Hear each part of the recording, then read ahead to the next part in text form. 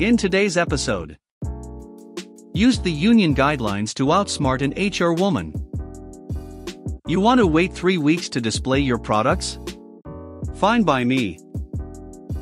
How I achieved malicious compliance with T. So let's get started. Used the union guidelines to outsmart an HR woman. When I was a senior in high school, I started working as a cashier at a grocery store.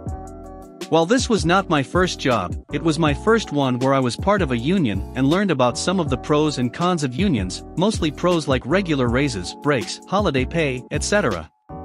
We had a woman there who was basically our human resources person, and we did not get along from even before I worked there. I will call her Sally. I came in for my interview and Sally was not there, and had left work for the day. I remember apologizing and saying, I must have mixed up the days. Is there any way you can find out which is the correct day for my interview? But the manager on duty advised me that I was correct as they had checked the calendar in her office, and she had written it down, and so he, the front-end supervisor, and the other manager who came in to start his shift all interviewed and hired me instead.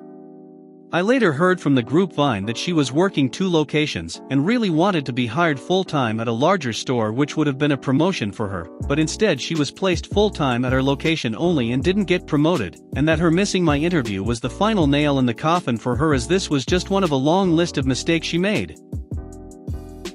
She was always making excuses for why I couldn't put in to be transferred to another department when they were hiring people for those departments like bakery or deli, and kept me as cashier even though it was lower pay. Even so, I came back to work there over my winter break for college. I had gone away to college instead of commuting, and also summer break. Here is where my malicious compliance comes in. Our union states that after a waiting period, I believe it was 3 months, we get holiday pay for working Sundays and holidays. It was time and half. We also are entitled to a raise every 6 months, and being away at college is not supposed to affect that, since we joined the union before leaving and come back on our breaks and still owe our dues during those times when are still part of the union, but away at school. I got my first paycheck stub for the summer and noticed I did not get my holiday for working that Sunday nor my raise. I spoke with a coworker who advised me to speak with the store manager. He was one of the ones that interviewed me and always looked after his staff, since we were between union reps at the time. He was a born problem solver and told me right away he can fix the payroll error for me and make sure that I got not only the proper wage from now on, but that I would get the back for the time I should have gotten the raise, but didn't.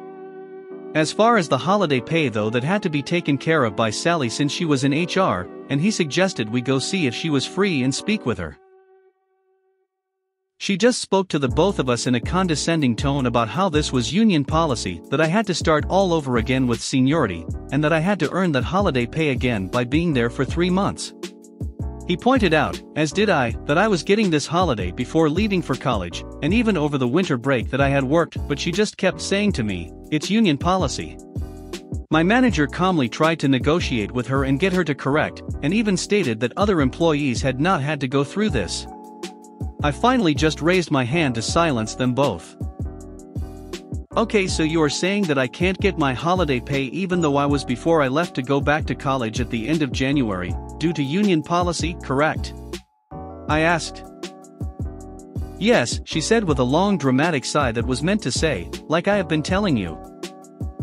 I nodded, grinned and stated, but union policy also states that I don't have to work holidays or Sundays, and that I can't be penalized for refusing to do so, correct? My manager grinned at me like he was very proud of me as he saw exactly where this was going. Well, yes, that is true, Sally said, looking a bit nervous. Okay, well then, here is the compromise. Since union policy states that I can't get the holiday pay for working Sundays and holidays for the rest of the summer, I will not work any Sundays or holidays, and per union policy, I am allowed to do this, I said with a shrug. She immediately started laying on the charm about how I am such a great worker, and that they really need me to be there to help out with Sundays and holidays, but I pointed out that they had plenty of other employees who were getting the holiday pay that they count on, and I would be glad to return to working holidays and Sundays once I got my holiday for doing so. My manager commented that he and I needed to change the schedule and casually mentioned how this was going to be hard as he now had to take me off for next Sunday and Monday, as that Monday was Memorial Day, and it was a Thursday, but that the store would just have to make it work if they couldn't find anyone willing to come in. Once she had left for the day, he called me upstairs to his office to help with the schedule since I had to work so many days each week. I walked in to find him and another manager there grinning ear to ear and telling me how proud they were of me for how I handled that situation. On Memorial Day and the 4th of July, I got a call asking if I can come in because they had other people call out sick who were scheduled. I just calmly explained that I was no longer working Sundays or holidays and that Sally could explain why. Before the end of the summer she found a new position and quit, and the new HR person was much nicer. One of the first things she did was make sure I and a few other college students who had similar issues with the holiday got our holiday pay reinstated, and when I requested about a transfer to another department she gladly asked around and had me put in the health and beauty aids department that same week. You want to wait 3 weeks to display your products? Fine by me. Disclaimer, I am on mobile, etc. etc. I worked for a very long time for a toy store. I then moved out of state and found another toy store to work at and was the assistant manager there as well. I thought the atmosphere would be the same. I was very wrong. It was a cool place to work. I loved interacting with the kids and working customer service. Aside from the occasional Karen, all was good. Now once we got a huge shipment and a lot of it was cute little dolls that are quite expensive and hail from France. The display was super cute, but it was one of those easy assembly cardboard contraptions that was supposed to be held together by these push-pin rivets. No big deal. I built a lot of toys and displays in my time. I start organizing everything and notice the baggie of rivets is missing. Again, no big deal. I am a flexible person and was taught to keep pushing no matter what, so I found the world's smallest zip ties that we had on hand and noticed they were the same size as the little holes and would work perfectly. Now, all would have been fine except Big Boss Tim, name changed, was very particular about how he wants his stores to look and be organized, nitpicky. He so happened to be in the store that night and he told me to contact the doll people and let them know I needed this O&E set of very small pieces, and not to build this display until we had those to keep the look of the display. I tried telling him that I had had previous experience from my other toy store with this particular company, and while they were great at shipping things out, sometimes their displays took forever to ship out. However, he cut me off and told me to just wait for the part and don't build it until it comes in, okay? So I said okay. Many co-workers came up to me and asked why there was all this new product sitting back there, and I told them what happened, and they studiously ignored the dolls as they too had just about had enough of Tim's nitpicking. Thing is, without this display we did not have the room for this new product. The purpose of the display was to have a freestanding area that would be available to display these beautiful little angels. Otherwise, they had absolutely no place to be put. I tried asking him again the following week, when he came in for 2 minutes to drop off something, if I should just build the display because the dolls were not out and thus causing us to lose out on sales, but again I was cut off and told to just wait without letting me finish my sentence. He then left as he was in a hurry. A couple more days go by and he finally has time to stop by and look around, and he asks how the dolls have been selling as he did not see them out. Have we sold out?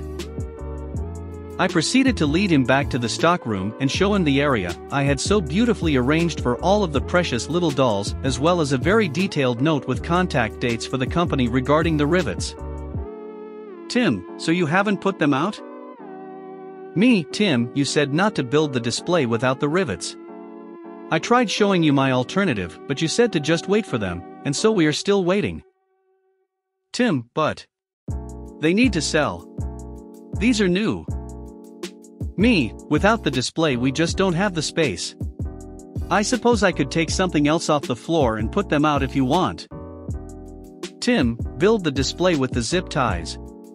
Once the rivets get here we can just replace them. Note, this is exactly what I had recommended before. So, I did as I was told and finally sold many of the cute little dolls, but definitely not as many as could have been sold earlier. Tim was very upset as he did not like being wrong and hated when anyone stood up to his ridiculous requests or offered any suggestions.